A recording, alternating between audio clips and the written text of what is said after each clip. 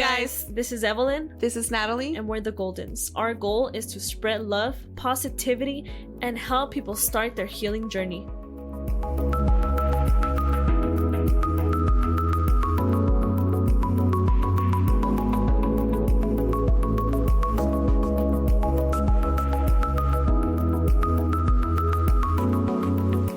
Welcome back, guys, yet to another episode. Again, my name is Natalie and Evelyn's right here with me.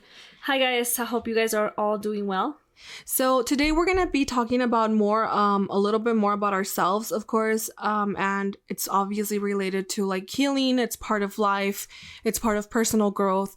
So we're going to be discussing like our personal breakups with maybe our previous relationships, how we dealt with the situation, what we gained from it, and how we're doing now and how we're handling things different with our relationship, because it's very important to learn these things. More of yourself, of course, to be able to be with someone else. So, Evelyn, have you ever felt like your previous breakup like taught you some things in life? I felt like I grew a lot. Mm-hmm. And as a person, I matured. I learned from my mistakes. Yeah. And I healed, obviously. Like, it made me into a better person. And I obviously didn't want to make the same mistakes as I did before with you. Yeah. Because I definitely learned my mistakes. So what about you? Absolutely, I agree. I had this relationship, and I know that we're probably like diving in really fast. But I had this previous relationship. Obviously, this relationship started when I was younger. So, of course, you're young and stupid, right? You don't know what you're doing. We've said that before in our previous episode. But definitely taught me a lot of things about not only how to deal with someone else, but also how to deal with my personal emotions. And I feel like as a person, there's always like something that you can grow from, something that you can learn, because we don't know it all, guys. But so to make a very long story short, I'm just gonna go ahead and start. I met this girl, and this happened when I was in high school. We all know that when you're in high school, and I'm not mean, I don't want to like shame anybody if you stayed with, the person that you were in high school with. But for me, it just didn't work out the way that I thought, right? I was young, naive, and stupid. And obviously I was way younger than my partner at that time. Mm-hmm. So I met her, and at the very beginning, it was very, very like joyful to be with her. You're excited about this person. And of course, you're going through all these things that back at home that, have you ever gotten like the feeling like, oh my God, like, this person makes me really, really happy. I'm sure you felt that too, like the things that you were going through, like at home with, the previous talks that we've had, like as far as like our traumas and everything that we grew up with and we had to endure. Definitely you feel like, oh my God, sense of belonging somewhere, right? Yeah. So I was with this person for close to 10 years. I would say nine and some years, right? So it's a long time. It's a very long time. And I know that I shouldn't say this years. Because it makes me the person that I am today.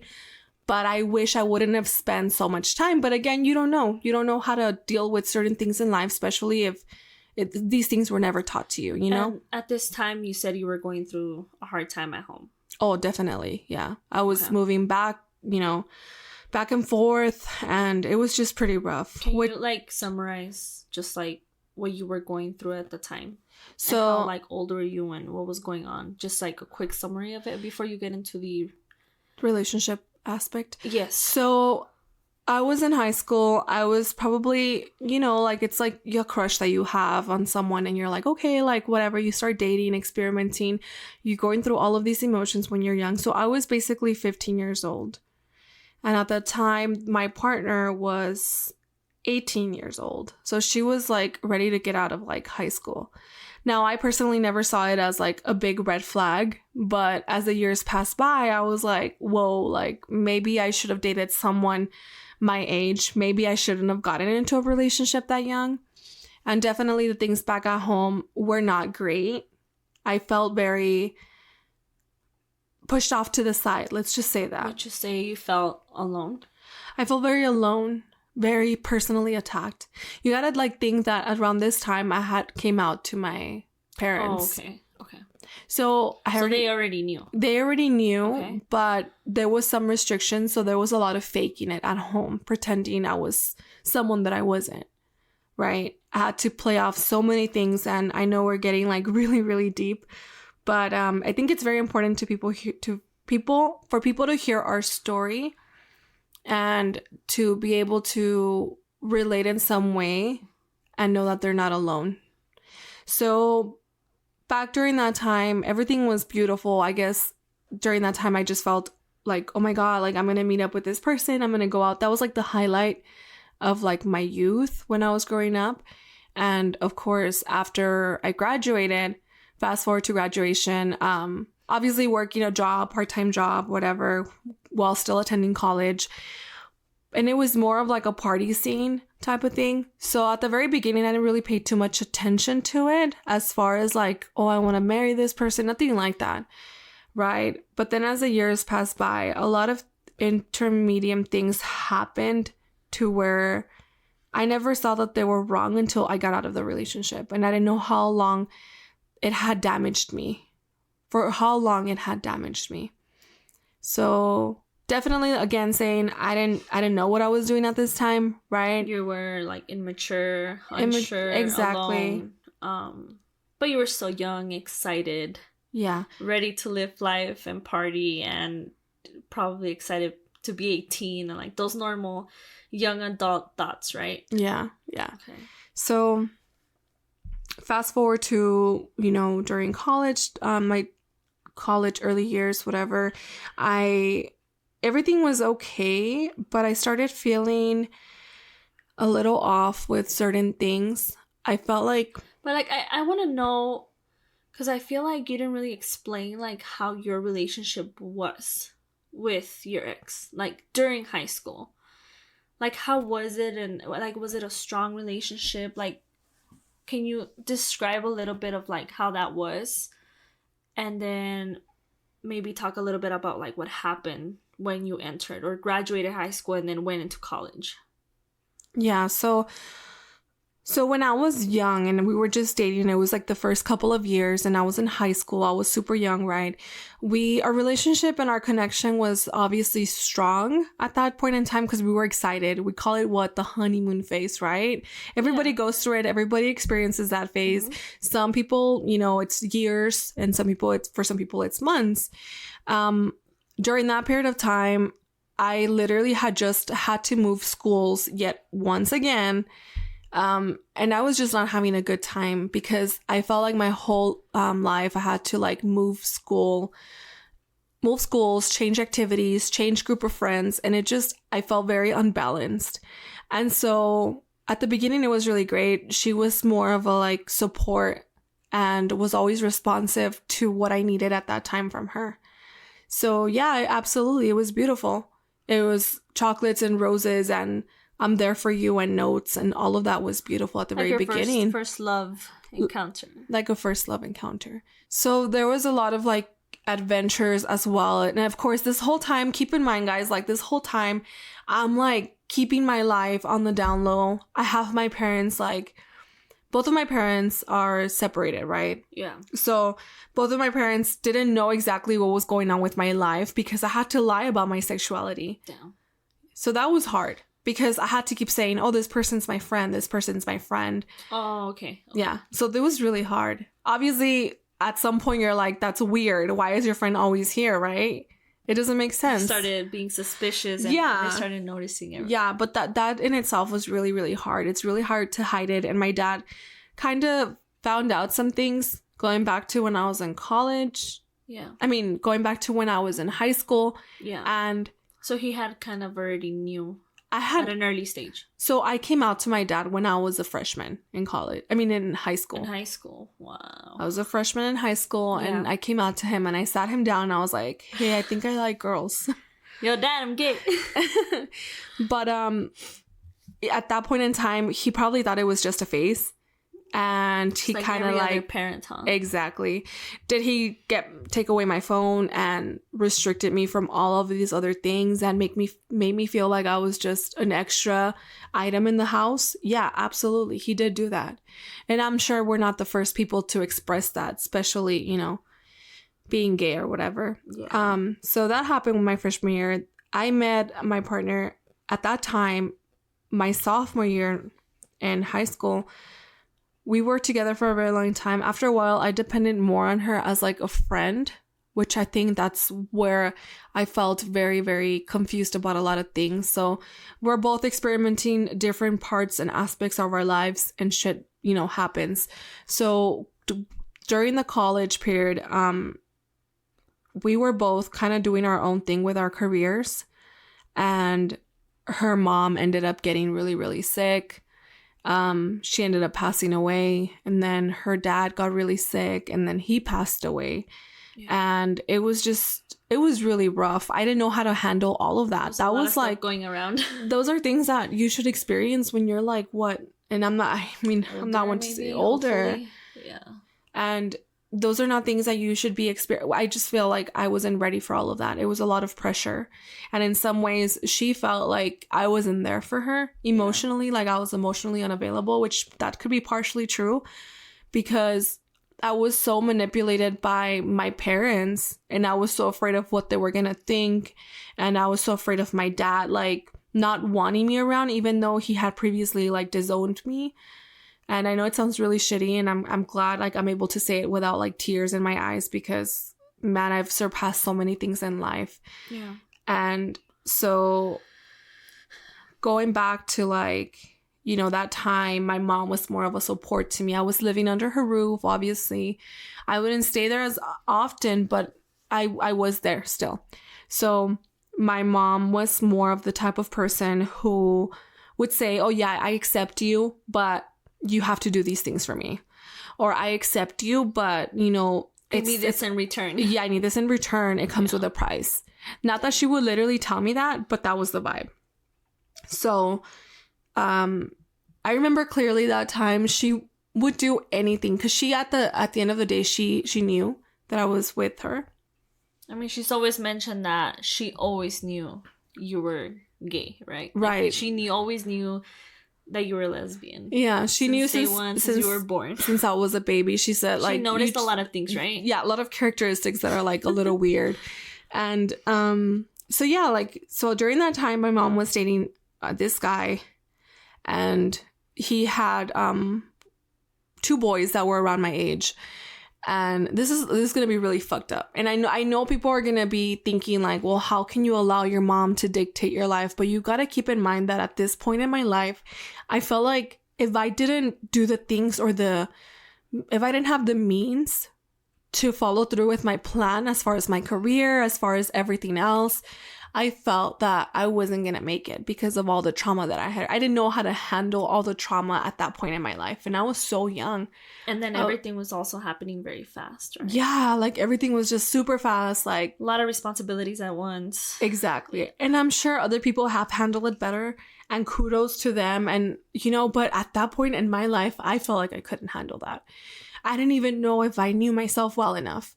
So I was easily manipulated by situations and even by my mother at that point in time. And she would try to convince me to go over to her boyfriend's house, and so I could talk to his sons, and so I could magically turn straight. And I'm just telling you like all in a nutshell, but it is true. It did happen. And now fast forward to now, I'm like, that was really messed up. Like, damn. Like, that's my mom.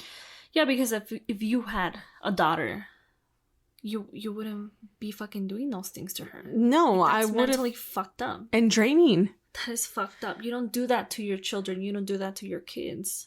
Yeah, exactly. So I did end up messing up a few times. So going back, what I'm trying to say is like, nobody's perfect in the relationship, right? You're right. Growing. A lot of shit has happened. Mm-hmm. A lot of trauma has happened. Mm-hmm. And then going into like probably when I was like 21, 22, mm-hmm. I ended up we ended up in a car accident. Right. And our partying and our going out obviously got out of hand.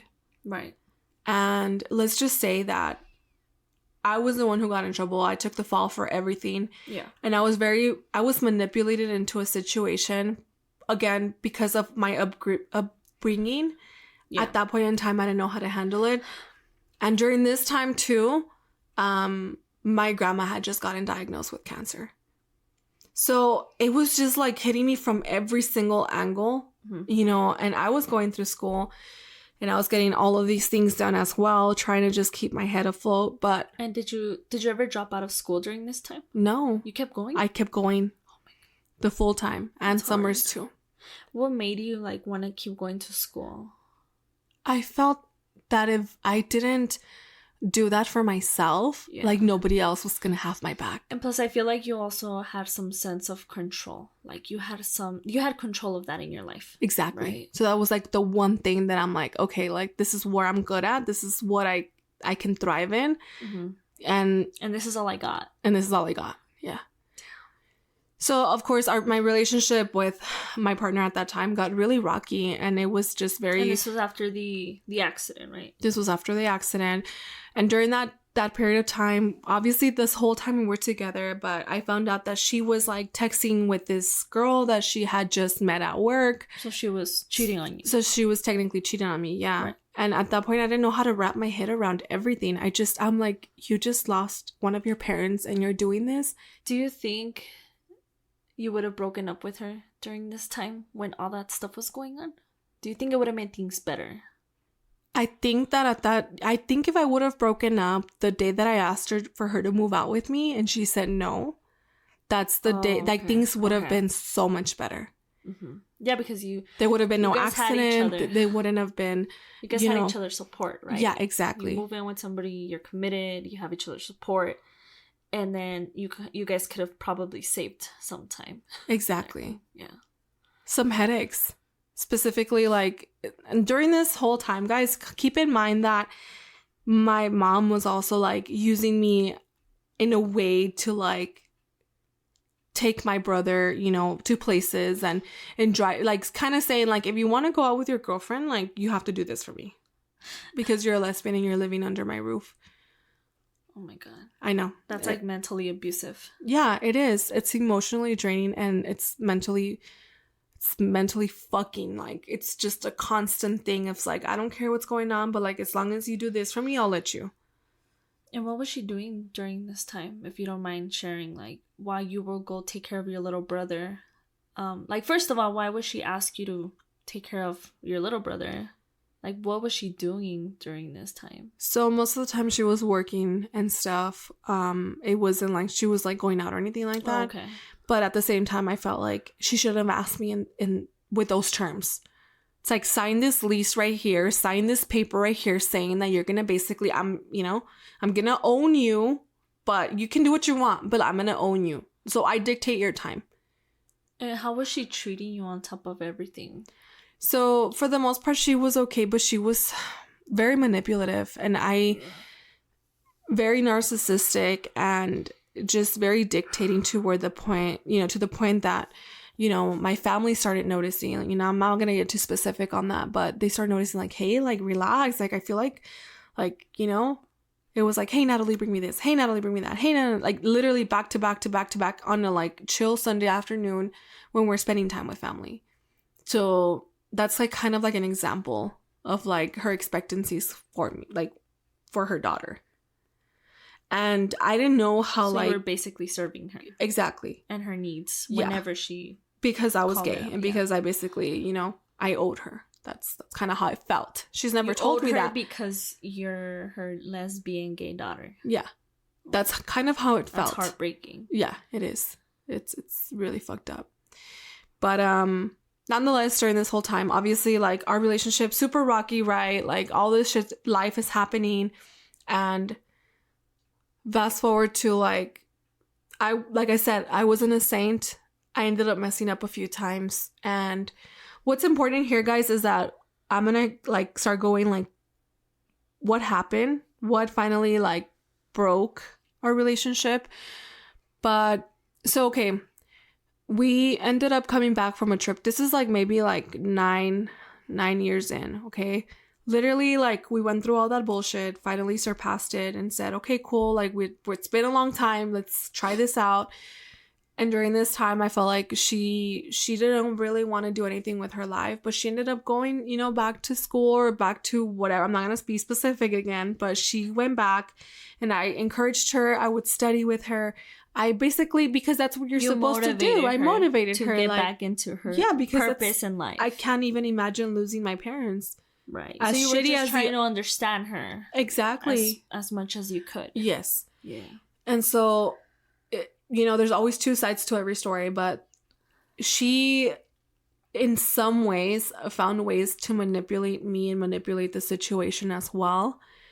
And so my brain at that point, during this period of time, during these 9 years, I didn't realize how unhealthy I was.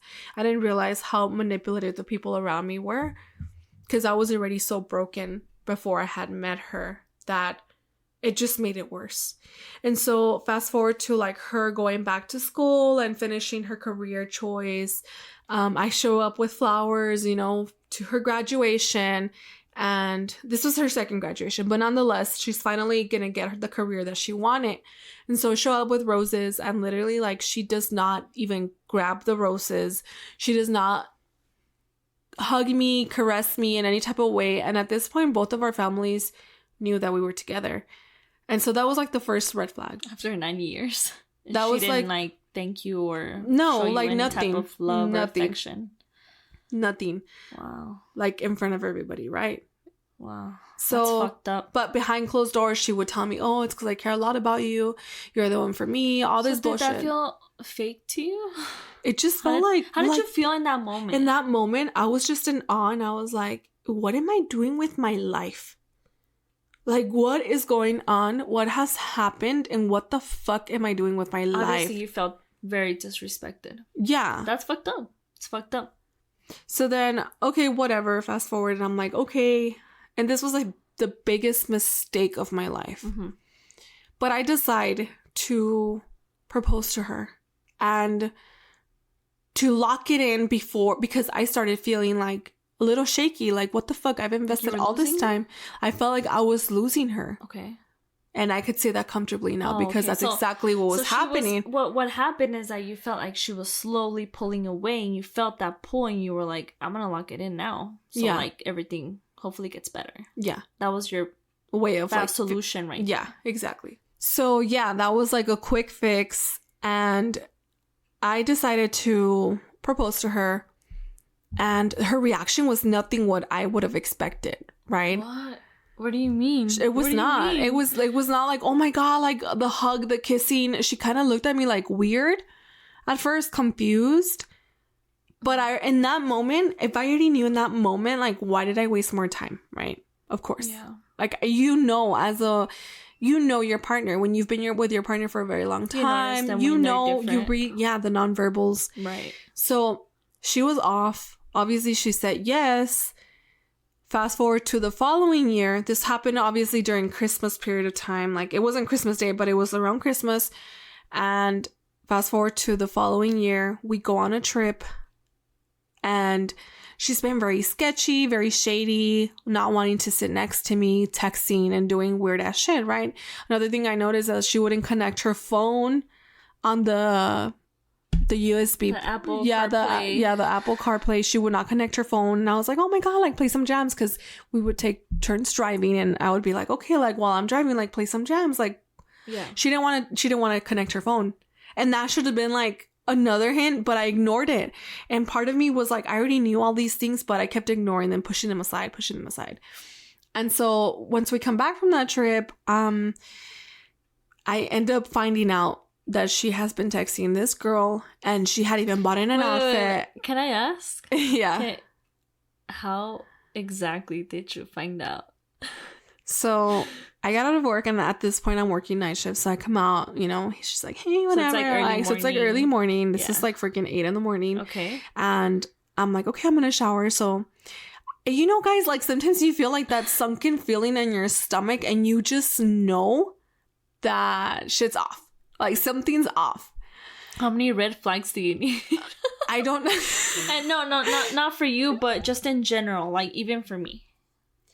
Honestly, I think that everybody, like, first red flag, it's like this person might get a chance, but the second time, guys, like, that's it. Like you guys, stop the red flags stop right there. the red flags right there. Save yourself like 9 years, and just that's it.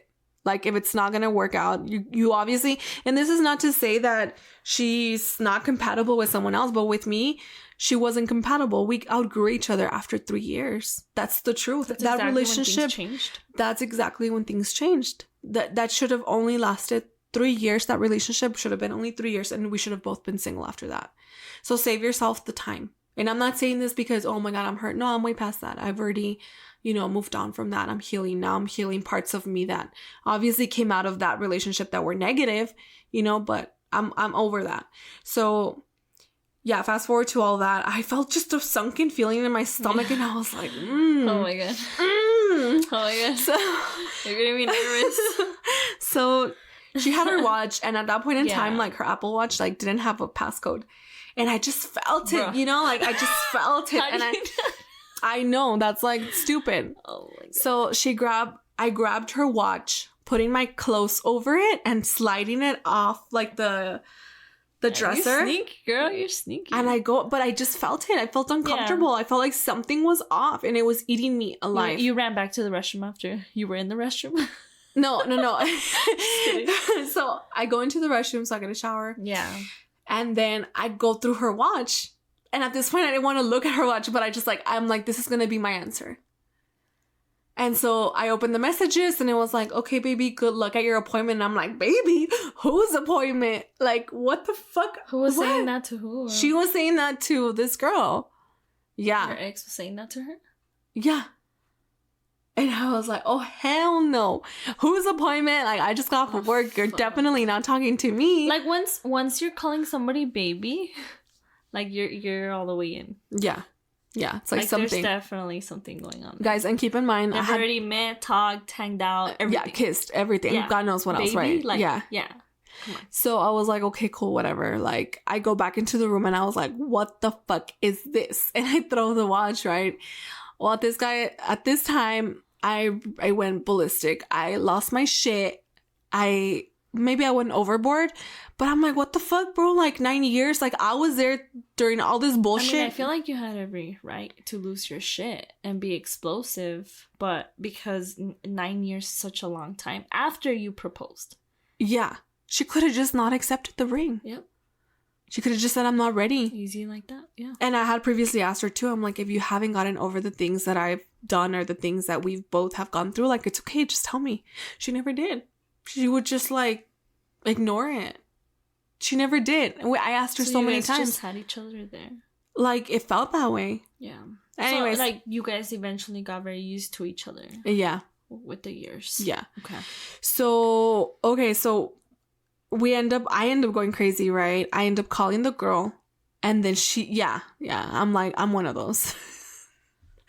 I end up calling the girl, and I'm like, oh, did you know this and that? And she's like, what do you mean? Like, did you know that, she was engaged? Did you know that she was with someone for a very long time? And of course the girl was like, oh, like, no, of course not. She lied to both of us. Like, but I don't think that's true. I think it's bullshit. She must have told her something else.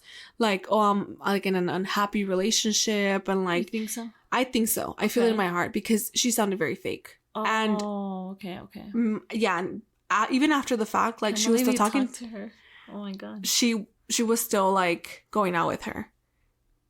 Like, I know that they were still talking. There was some type of communication. Yeah. So anyways, when I ended up breaking up with her, but then I ended up talking to her like a day later, and I was like, hey, like, we've invested like so much time. So how low did I have to be to still do that? How were my morals and how was my self-worth at that point in time for me to feel like, oh my God, like, I still have to go and ask her, like, do you really want to throw this away? For validation. Exactly, because the answer was there. Yeah, the answer was there this whole time. Mm-hmm. So anyway, we ended up breaking up. She was like, and to top it off, she didn't even want to. She said no. So after that, it was just like back and forth. but I still felt like she had like control over me in some weird way, like some manipulative way. And it wasn't the first time that I realized it, like, because she would make something inside of me just get so fired up, almost like narcissistic behavior. Well, maybe because you would remember all the bad negative things that happened to you, that she did to you. Yeah. Especially the cheating. Like, once the cheating happens, you lose all trust and there goes all the respect. Exactly. So, anyway, so going back to like our initial, like we broke up, and then it just was, she wasn't there for my birthday afterwards, but I was still like hang out with her. I was still trying to fix it. I was still, because at this point our families were involved. I had already gone through all the bullshit with my parents. Like, it was just like so wasteful for me. That's how I saw it at that point in my life.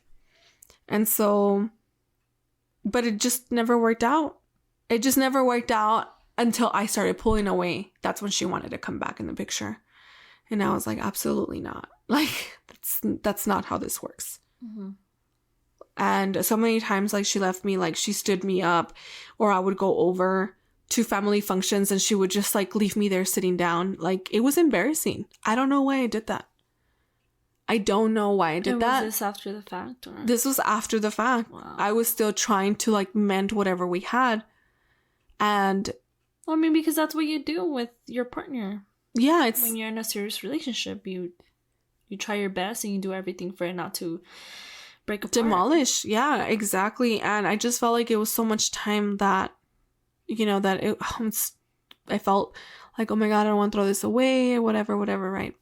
So, but I'm glad I didn't stay there. I'm glad that I wasn't a sitting duck, and I finally, after all this time, like, I was able to open my eyes and move forward. Definitely move forward.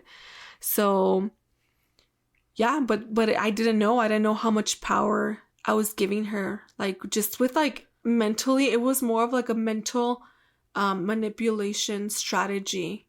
And narcissistic people are very controlling, and they're like wizards in the way that they talk to you and the way that they make you feel. Because they tell you what you want to hear. Yeah. To twist the truth and to twist your actions and your response. And I didn't know that. But I was so used to it from, you know, all this other BS at home. Life. Yeah. That I didn't know how to differentiate. You just thought it was normal. Exactly. Mm-hmm. I was like, well, this is what we need to do. Like, this is what you have to do in a relationship. I didn't know any better. So definitely coming out of that relationship, I learned a lot of things, and I really learned them the hard way. I had to learn how to love myself again. I had to learn how to look at myself in the mirror and be okay with that person. And I had to go back, you know, for everybody, like, there's different things that we believe in, but obviously I'm not religious, but I do believe in God, and I believe he's my higher power. And I felt like I had to go back and I had to talk to him and say, like, where did I lose myself? When did this happen? Like, I was already lost when I met her, so it just made it worse. Mm-hmm. So coming back from that, definitely get in tune with my emotions. Definitely I had to kind of salvage the pieces that I had left within me, and I had to grab life by its, I'm not gonna say it, but I was waiting for it. Just kidding. Balls. I had to grab life by the balls and just, you know, try to fall in love with myself again and pull myself out of that darkness that I felt. Yeah. And I'm really glad it happened. I'm really glad that I'm here now. I would have never met you. I would have still been stuck there. I mean, we talk about it all the time, but I'm like, I would have not. It's scary. Like, you do go back and you're like, fuck, like, what if I would have made the wrong choice for myself? What if I never walked away? I would have still been there. And I would have never met you. I would have never gone through these beautiful experiences. I would have never met your real self. Yeah. The real me. Yeah, I would have been the real you. I would have been so lost. I would have never given myself that opportunity, and it took long enough for me to get out of it, but I'm glad I just eventually did, given the trauma that I had gone through. And like I've said before, I know that there's worse things, and I'm sure that there's people that are stronger, but for me at that time, it felt very shitty. And then to top it all off, I lost my grandma. And I know that these are things that you go through, but the way that you lose a person, it's like things that were back to back to back to back. And I'm like, whoa, like, when am I going to get a break? Like, I just need like a full year to like, think. And I didn't even get that.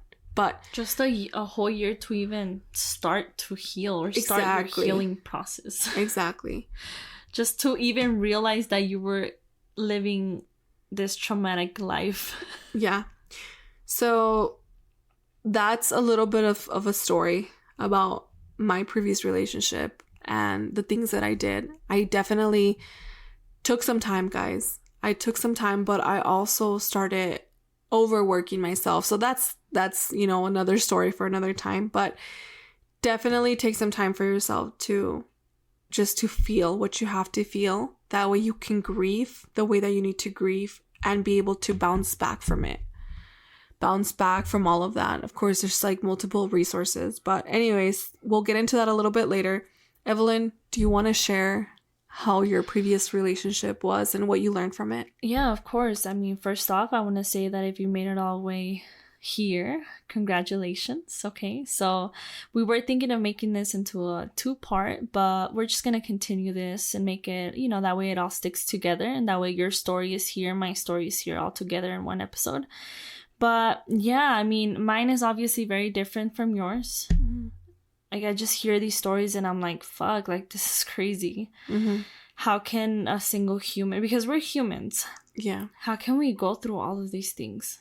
All the trauma, all the pain, all the lies.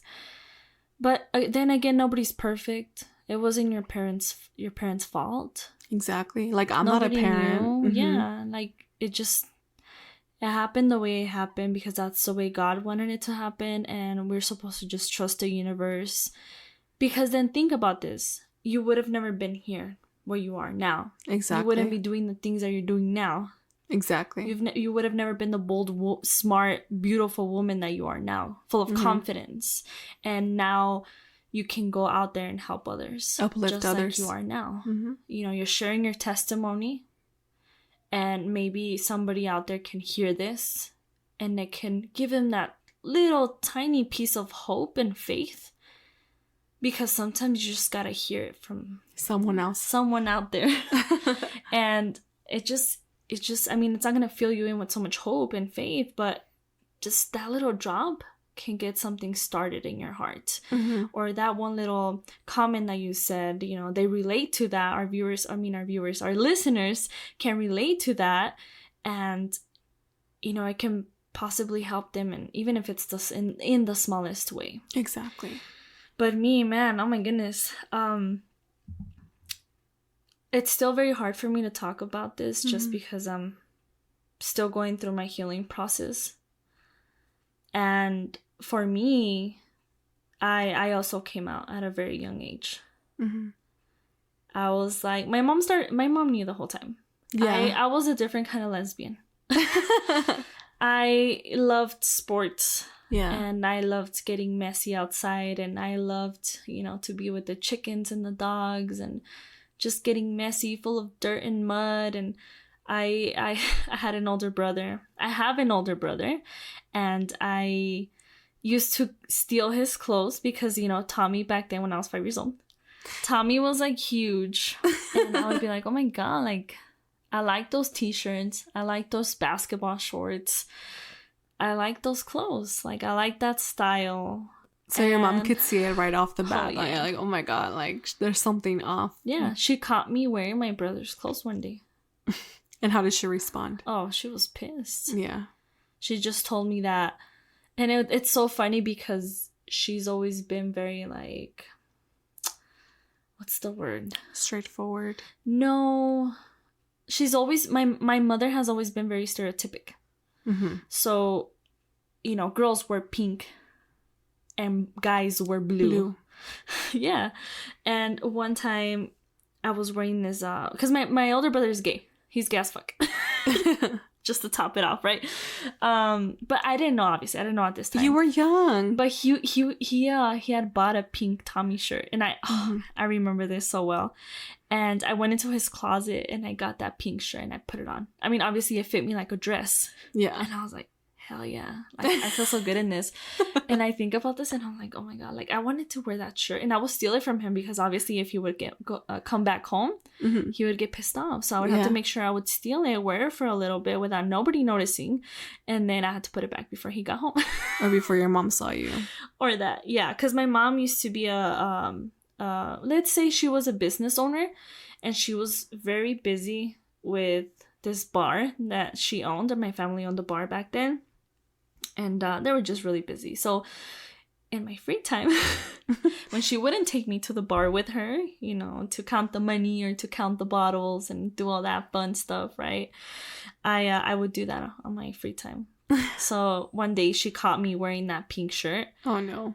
And she was pissed off. And I told her, but it's pink. Like, yeah. It's pink. I'll for meet you girls. halfway. Right? She was so mad at me. I just remember her yelling at me like, no, you're a female, you're a girl, you're gonna be a woman.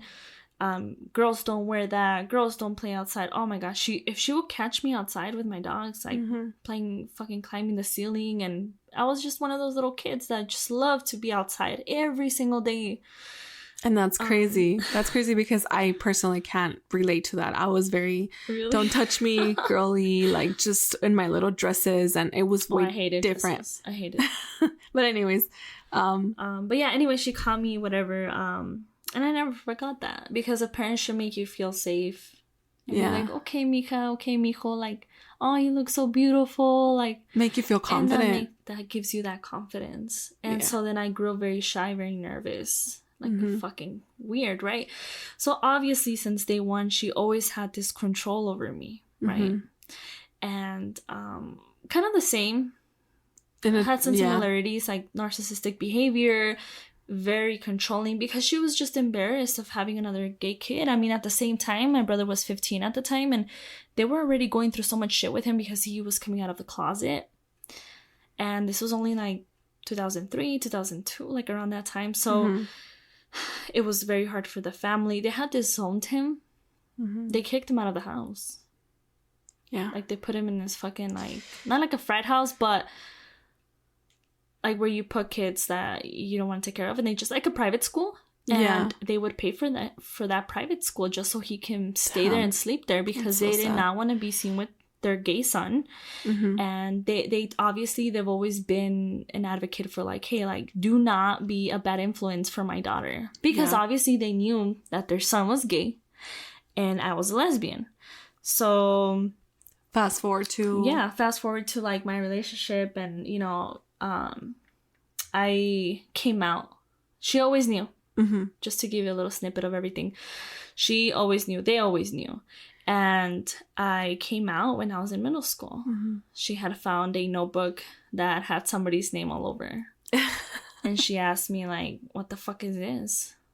Going back to, like, the same bullshit. Like, the pink is for girls and the blue is for guys. Yeah. And I was like, fuck. I remember my body just, like, froze. And I didn't know what to tell her. And I was just like, that's not me. And guess what? I became an amazing liar. Yeah. And then I started feeling like I can manipulate everything. And the situation. Yeah. So I would just lie to her. I started lying to her, and I developed this other persona. Kind of like living a double life. I was definitely living a double life. And I realized that same day that I lied to her. Anyways, in high school, I went through this really traumatic experience, and she had, you know, found out I was gay, and then I was like, yeah, mom, I'm fucking gay. Like, I was only 14. Yeah. And I was like, yeah, if you want to know, like, I am fucking gay. Like, I'm a lesbian. I consider myself a lesbian, and I like women. And that's what I like. And I can't really share this part with people, but let's just say that I got a little bit violent. It went too far. Yeah. And it went a little bit too far. Yeah. And I got hurt. And it was really painful for me. Because at that point, I knew that I wasn't accepted. Yeah. It felt like I was seeing my brother's experience all over again. Like, it was just like, it's like on repeating replay. itself. Yeah. Yeah. And so yeah, I kept lying to her, and she told me, you know, you have to date men because you need to change your perspective and you need to change the way you think and all this bullshit, right? Right. And so then she got in my head so much that I was like, okay, maybe she's right. Maybe this is just like some type of fucking, how do you say it? A phase. Yeah. I'll get over it. Yeah.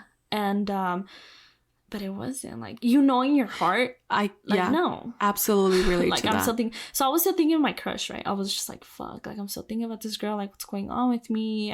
My hormones were all crazy. I was in middle school. So then I go into high school. And in middle school, I had this guy that was my best friend. In high school, we decided to run for homecoming together because he was my best friend. He had told me that he was gay. I had opened up to him that I was gay. And the reason I'm sharing this is because it ties up to your first relationship. Yeah, the first relationship I had with a woman. Yeah. Okay. This whole time, I mean, I wasn't fucking, like, I wasn't bi or bisexual. No, like, I was straight on gay. Like, I told him that. It's because you know what you want, but then the situation puts you in a weird predicament where you have to keep lying and play, you know, like, this double life. Yeah, and like you said, I really didn't have a choice. I had nowhere else to live. I wasn't close to any other family members. Yeah. I didn't have older siblings. My brother was long gone. Like, we didn't even have contact during that time. He wasn't even living there, you know? I mean, I don't remember growing up with my brother at all. And that's heartbreaking. It is. I never lived with him. Like, he was always living in different houses, different apartments. He had his own life. But, so fast forward to the homecoming thing. I brought him to the house. I asked my mom, can I bring my friend? Because we need to make posters and we're going to run for homecoming. And at this time, he was the most popular basketball guy. And then I was a cheerleader. So I had made the varsity team in high school. So for the first time, you know, I felt accomplished.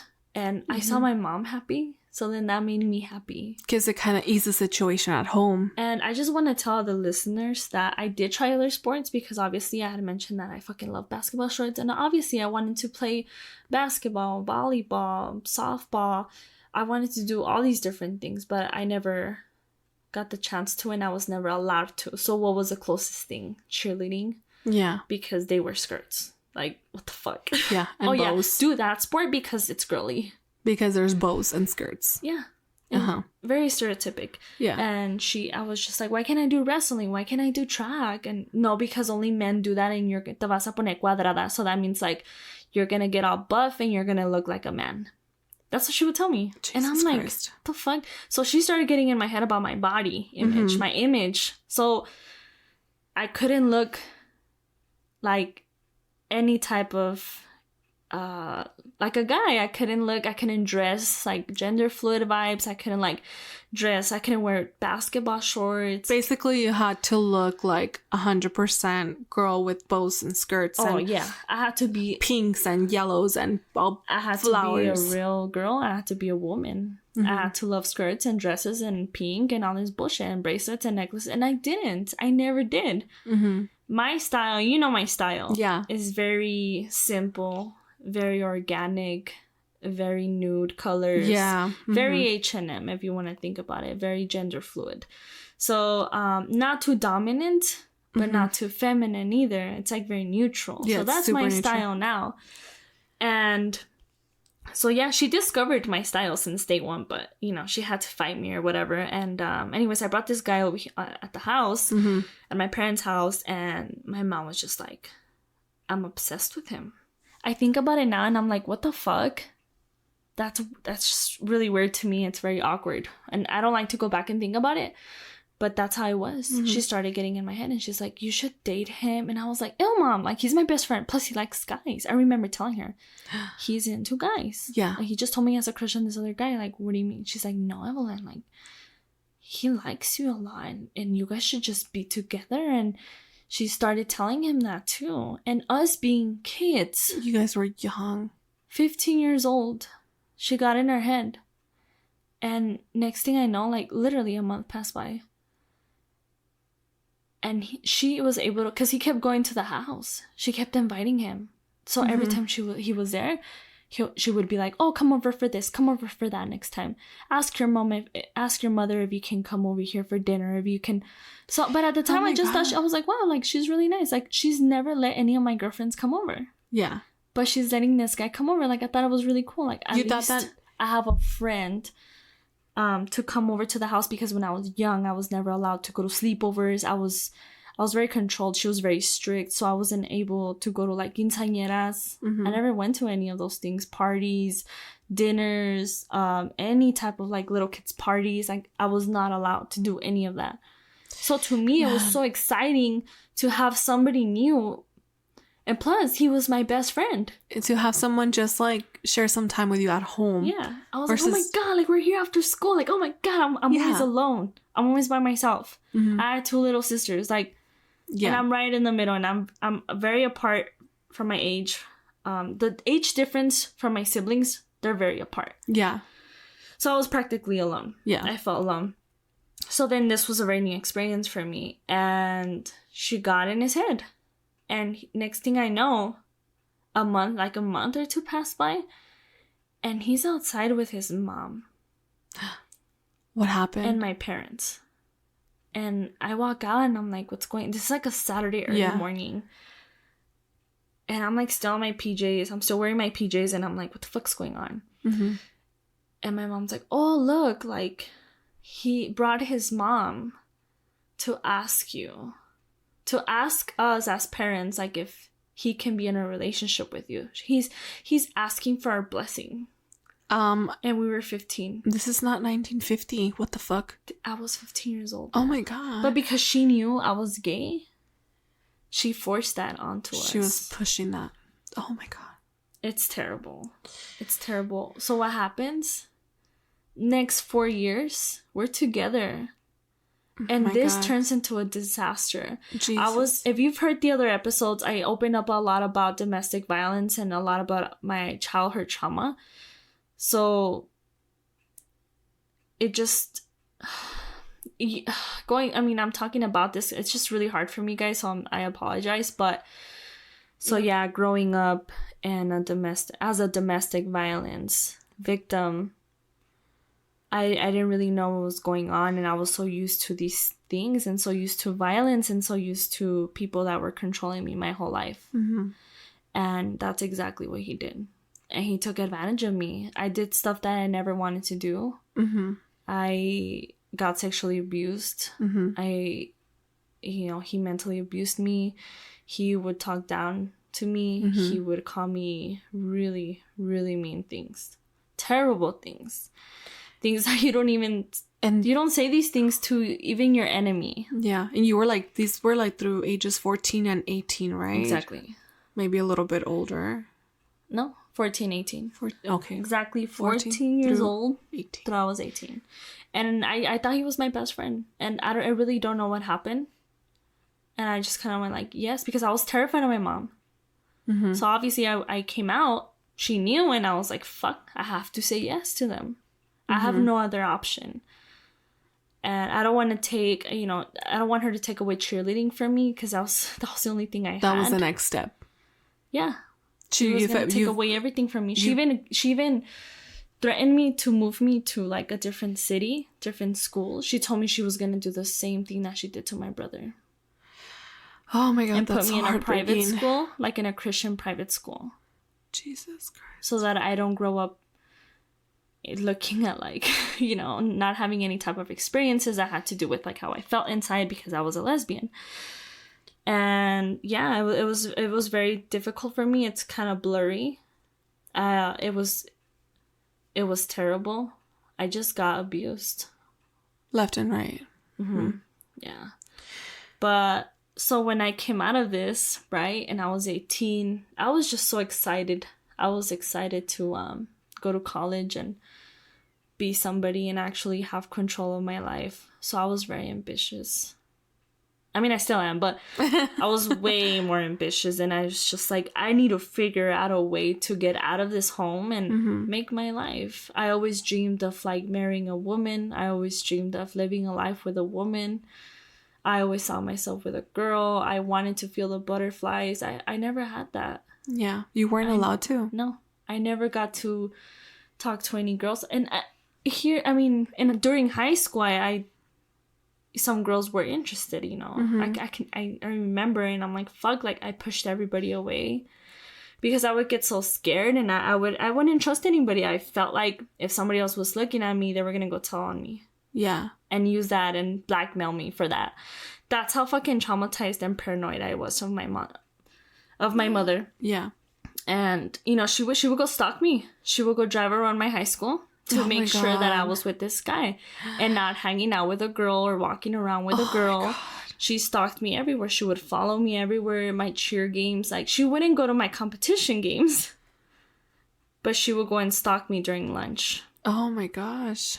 So I always felt like somebody was looking at me, watching me, following all my every single moves. So you decided to just push all your feelings aside. And yeah, what everything you was pushed. Yeah, I was just like, I gotta get through this.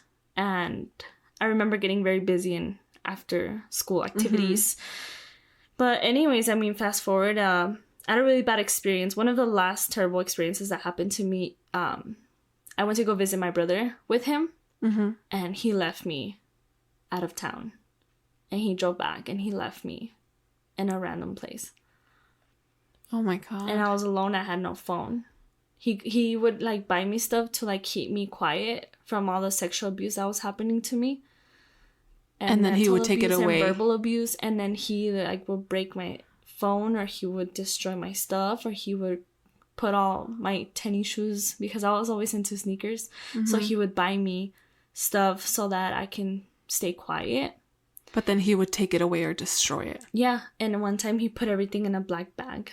And he's like, are you sure you don't want to be with him? And I was like, dude, I've never wanted to be with you. Like, I want to be with a woman. And at this time, like, I was talking to another girl. And that was my only outlet. And I knew her since, like, freshman year. But we got really close. You built that emotional bond. My last couple of high school years, I got really close to her. And she was my only emotional outlet. And that was the closest thing to me. I mean, the safest and closest thing to being with a girl. Yeah. Just talking at a distance and being safe. And that's all I had. But it all fucks you up. I felt like I was living like 3 different lives. One in school, one with him, one with that girl I was talking to, and one with my family. Yeah. So I never really knew who I was, and I lost myself. I lost myself a long time ago. And then, you know, I graduated high school, and I was like, fuck it. I've heard that there's these like apps. And back then, there wasn't really any apps in 2015. Yeah. And I graduated in 2015, and there wasn't really anything like Tinder or, you know, I mean, there was like Facebook, but there wasn't any really like Facebook dating, because I've seen that now. Like, I've seen that there's like all these dating apps. And I started, I found this really sketchy app, almost like Craigslist, but like for lesbians. Yeah, so there's like Craigslist looking app, but it was all sketchy and it was for lesbians. And I was like, fuck it, I'm gonna make an account and see what happens. Yeah, so I did. I took some like pictures and I was like, what's up? I'm 18. Fuck y'all bitches. Like, I'm about to dip. And I sent this message to this one girl. And I never thought that girl was the one that I was going to be with for the next 5 years. Wow. So 4 years in this other mess, right? The next 5 with this, it was another different world for me. I was very excited. I was like, you know what? I'm not like with this crazy psycho anymore. Nobody has control over me. I had just, my mom would feel so bad that she would also give me like gifts in return. So I've always learned how to just be grateful and stay quiet. And so then she got a car out, but it was technically her car, but I could use it. I could use it to go to school. So to me, that was like the magical card of freedom for me. Yeah. I was like, hell yeah, I'm about to fucking dip and do whatever the fuck. So, I mean, I lied to her during my whole college years while I was with my ex. And I would use that car to my advantage. It was a brand new car and it was a nice car and I could drive from point A to point B because obviously me and my ex lived very far from each other at the time. But I was 18 years old. We met up and I don't know, I just felt some type of way and things got a little bit serious. And that first year was amazing. And it was the first time I actually felt butterflies with a girl, and it was private and no one was looking at me. No one was stalking me, you know, and I wasn't a little free. Yeah, I was free. I was a free little bird. And at that moment in my life, I was the fucking happiest. So I began to get very emotionally dependent on her. Because I had nothing else. Yeah. I was like, wow, this is like the first time I feel so happy. Like, I'm in love with this girl. She's the love of my life. I'm never going to leave this girl. Like, she was there for me and she helped me at the beginning. And I was totally honest with her. I was like, and that's the thing about me. Like, I've never lied to anybody. I've always been honest with everybody. And I told her straight up, like, what was happening in my life. In my own way. In my 18-year-old mentality. Yeah. When you were that age, I went through some fucked up shit with this guy, but like, I like you, you know? So yeah, things got really serious and I fell in love. And I was just, I don't want to say I got obsessed with her, but I really cared about her. Yeah. It was well, crazy. It's like an outburst of emotion, especially if you haven't been able to have your own emotions. So you know, like coming out of all of that, you were definitely like, oh my God, what is this? A chained up dog. Yeah. And they let me go of that leash. And she just got so many emotions, so many love at like once. It was just too much for her. Yeah. And she's a Cancer. So they're very chill, very quiet. They don't really like, and they say they're emotional, but when it's too much, like they can't take it. And yeah, they close their doors. They like to put themselves first, which I didn't understand. That wasn't a healthy thing for me. So my ex, she's a Cancer, and they're very emotional in quotes, I would say, but not her. I mean, she really dedicated her time in working out. Like, to me at this time, I was just like very selfish because I was like, it's about me. It's about my life, because I've never had that. This is the first time I actually had control of my life, and she was all about working out, taking care of herself. And it was weird to me, and I didn't want to let her do that. Because I was like, no, like, you're spending too much time with yourself. Like, that's weird. Or you're spending too much time with your family. Like, that's weird. But she was all about her family and very healthy girl. Mentally, she saw her parents together her whole life. No trauma, nothing like that. So it's very different. Yeah, that is very, like, you're putting these two different girls together. Obviously, that shit's not gonna work out. Yeah. We actually lived in college together for a couple years. And that was the first time, like, I actually lived with a girl, so I was very excited. But obviously I was very needy. I became very needy and very attached, emotionally attached. And it was just overbearing for her. Very dependent. And it pushed her away. I mean, it's just common sense. Like, that's what happens. And I was just way too much. Too serious, too fast. We were only in college. Yeah. And I took it too far. And on top of that, I was just very disrespectful to women. I never respected her. I always called her names because I came out of that. I came out of that disgusting relationship, and then I was eventually treating her the same way. And then, oh, here's your gift, shut the fuck up. Oh, here's your dinner, shut the fuck up. Like, you better take it. And we eventually decided that maybe, you know, having an open relationship will help us grow at the same time, but not leave each other, because obviously we had some strong feelings for each other. You cared about one another. Exactly. So it was just like, why waste? Yeah, we're like, we're not going to waste all this time that we've been together, so let's make it work. Let's see what happens. But that was like probably the worst thing that we've ever done. Yeah, she went her own way. I was doing my own thing, and I went crazy in college. I went even crazier. Yeah. So I was like, oh my God, like I had just discovered, like, fuck, like I'm actually good looking. I'm kind of confident. And these girls, like, I'm getting these girls' attention. So I got this new app, and this time it wasn't a Craigslist looking cheap looking ass sketchy application for lesbians. It was called Tinder. And I was like, oh my God, like, you can put a bio, you can put this picture, this video. I was going crazy, and I'm a media savvy, so I was loving it, right? And that destroyed us. She just couldn't take it, and my childhood trauma started sneaking up on me, and it felt terrible. I started getting very triggered, and I started treating her like shit. I started being controlling towards her too. Mm-hmm. And she just wanted this simple, healthy life. And she always told me, like, I just want to be in a very healthy relationship where we can trust each other, where you can do your own thing and I can do my own thing. And it got so bad that I was chasing so hard and so fast that she started to pull away. And whenever I would feel that pull, I had to go chase her. Mm-hmm. Because I'm a Libra. Okay, so I'm like, I'm going to pursue. I'm very mm-hmm. persistent. And I'm not going to stop. So that makes it even worse, right? Yeah. But, you gotta let a girl breathe. So I had to learn that the hard way. And it was normal to kind of have some time apart. It was normal for her to have her interest. And it was normal for me to do my own thing over here. And no, I just wanted us together all the time, 24/7. And obviously that wasn't normal. And I've never been close to my family like that. So you couldn't understand that? I wouldn't understand her. Like, I'd be like, why do you want to be with your family for a week? Like, that's boring. Like, but I wouldn't understand that they had a beautiful relationship together, that they actually enjoyed themselves, that they accepted her for who she was. And she actually came out to her family because of me. Mm-hmm. She was like, I want to do these things right. Like, she drove me all the way over there, told her parents that I was home.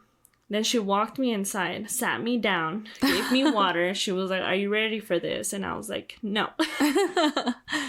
And her parents, like, did the old school, like, interview. And they were just like, hey, like, I remember they told me, we love her so much.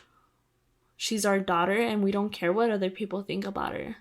But just take care of her. Just love her. And to me, I was like, holy shit. Wow. There's actually parents that exist that are like that.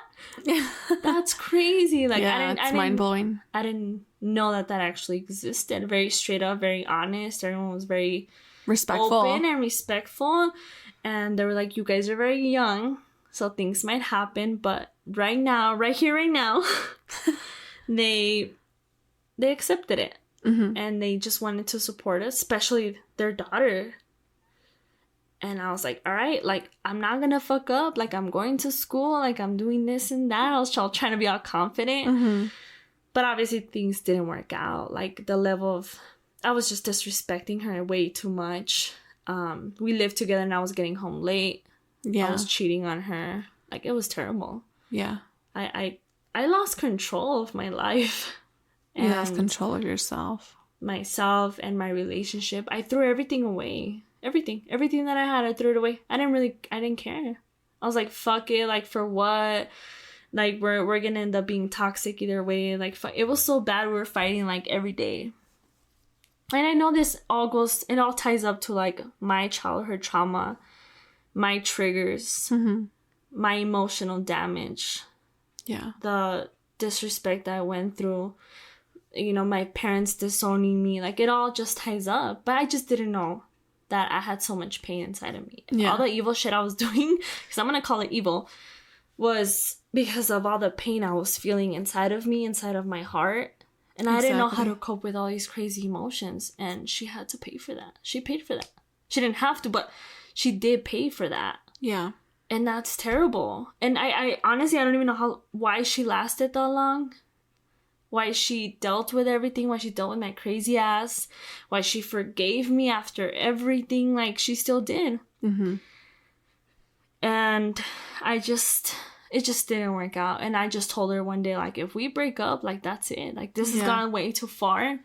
It's out of hand. Obviously, like, it's way out of hand. Yeah, like you just said. And, like, obviously, like, there's no love. There was never any love. If we lost the trust, the love... We lost everything. Yeah. So I wish I could have stopped that, like... There was no respect. 2-3 years before. Yeah. But and just maybe said, hey, I'm not ready. Yeah, if for the listeners, if you... and I appreciate you guys listening to this all the way through and listening to my part of the story. But if you feel like your relationship's just getting way out of hand, like, guys, it doesn't get any better. It's just so much healthier and better to just end it right there. And they save time, you save time, and everybody goes their own way, because that is the unhealthiest thing you can do, and it will drain you. You have no idea how much it would drain you. It would mentally, physically, emotionally, and spiritually fuck you up. Yeah. So I didn't realize, I had a lot of time to think. Yeah. I was single for a couple of years, and I was like, damn, like, I'm really lonely. Mm-hmm. That's really what I did in my relationship. That's how disrespectful I was. I'm a cheater. I'm fucked up. I ruined somebody who was perfectly healthy mentally and emotionally. I fucked them up. Mm-hmm. And that was something that I had to forgive myself for. Yeah. Because for a long time I thought it was my fault, and I hope it made her stronger, and I hope she never, dates a person like who I used to be. Right. But to know that I mentally fucked somebody up, even spiritually, it's terrible. It's a terrible guilt that you carry around. And then you have to come out of and resurface from. Yeah, and that was really difficult. And for me, that's how I had to heal. I had to be by myself, and I had to face the consequences. Mm-hmm. And you know what? Some people don't see it, but some people do see it. And I felt lucky enough to find God, and he led me to the right direction. And for the first time, I felt love in my heart. I felt warmth. Mm-hmm. And I would pray a lot. I would meditate a lot. And I just felt like I connected within myself. And I was just like, I'm going to fucking heal. I'm going to heal mentally, spiritually, physically. I'm going to be better, because I used to be an alcoholic, and I just wanted to be better. Mm-hmm. Completely. 100%. 360. Can't believe we just said that together. I know. But yeah, and that's kind of how I, and obviously there's a lot of more details, but as the episodes keep going, and as we add more, we will get more specific and share more stories, and depending on what we're trying to talk about, and depending if it relates to the topic that we're talking about. But that's how I kind of got out of it. And during COVID, I was living with her. It's crazy. It's crazy. It's all recent, right? Yeah, it's so recent. It is 2023, and COVID started around 2020, and I was living with her because I had some issues with my parents. They kicked me out. It was terrible. Some crazy stuff that happened. Some other more domestic violence stories.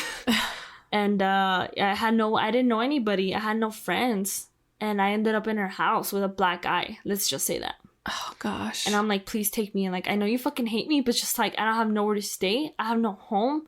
I have nobody. Please. And she was human enough, thankfully. God bless her heart. Yeah, that she took me in. And she didn't have to. Yeah. She didn't have to take me into her home with her family again. Yeah. After everything. And her family knew everything that I had done too. So imagine how embarrassed I was. Gosh. They knew I had cheated. They knew I had fucked up. They knew I disrespected her. They saw the way I would talk to her. Oh they my knew. God. It was terrible. They were like, oh my God, here comes a trashy ass fucking girlfriend, shitty ass person treating our daughter like shit. And there goes our daughter listening. I mean, we've all known that person, but I know you're going to be eternally grateful for that. Yeah, for that moment, yeah, of course. I mean, God bless them, and I'm glad that, they gave me a room to stay in whenever. I mean, it was COVID times. It was hard finding a job. Yeah. It was really hard. And, obviously my family kicked me out during COVID. So, I mean, what do you do? Yeah. It was terrible.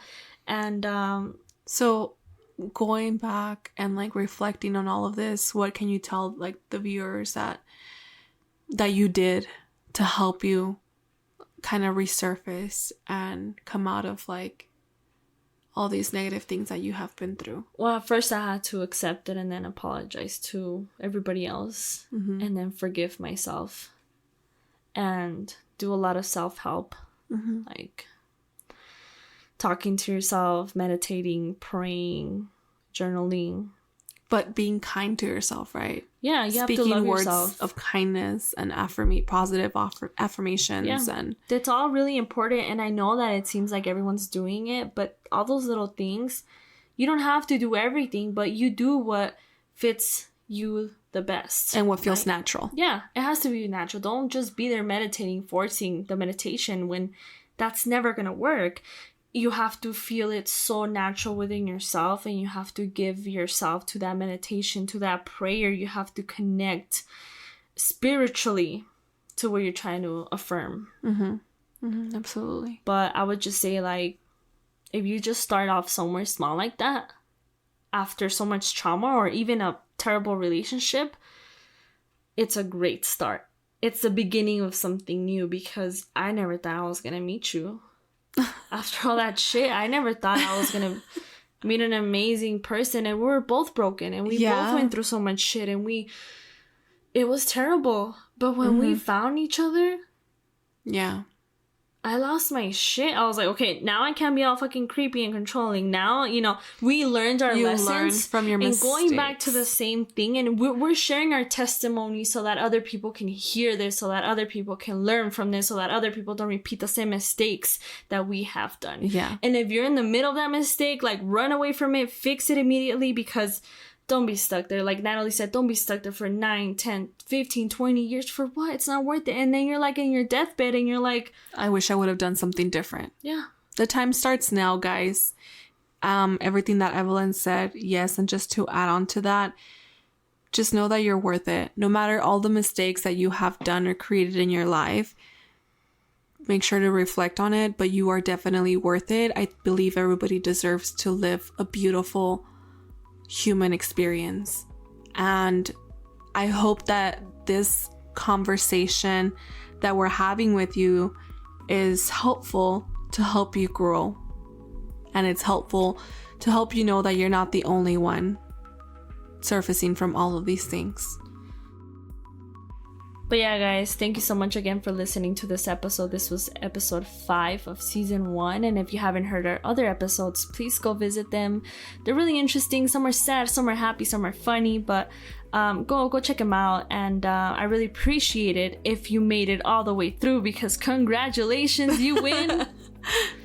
Magical high five. Just kidding. But thank you guys so much. Have an amazing day.